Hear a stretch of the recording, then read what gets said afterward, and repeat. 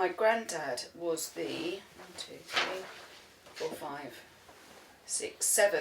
the seventh child of George Frederick Arthurs, who's my great-grandfather. Okay, so my granddad's name is Rupert Charles Meredith Arthurs. He was born in British Honduras, Belize, and we have his recorded birth date as being the 15th of March 1894. But when I was doing research in 2012, when I was over in Salt Lake City, we found that his birth date was the 15th of February 1894, and that was in a parish record. And he died on the 29th of January, which is it was my parents' 33rd wedding anniversary, 1988. He answered the call up to go into the British West India Regiment at the outbreak of World War One. At that time he was working as a teacher, I believe, in Belize, and he had been working as a teacher since the age of 14, and he spoke English grammar very well. He knew the grammar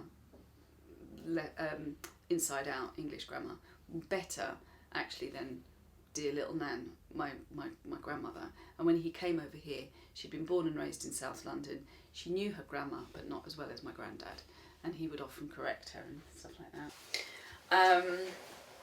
Whilst he was in the army, he'd always said that he'd served in Mesopotamia. I've not been able to substantiate that because unfortunately the British West India Regiment records all went up in smoke during a heavy bombardment of the warehouses that those records were kept in during World War II.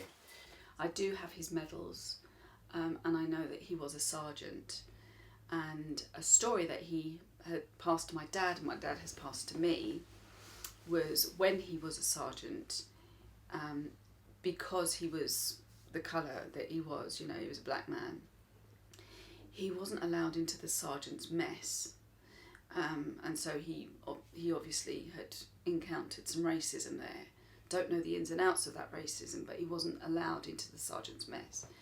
A particular major had visited his regiment wherever he was stationed, and found out about it and made sure that he was treated with the respect that he needed to be treated in, and was allowed to then start to use the sergeant's mess.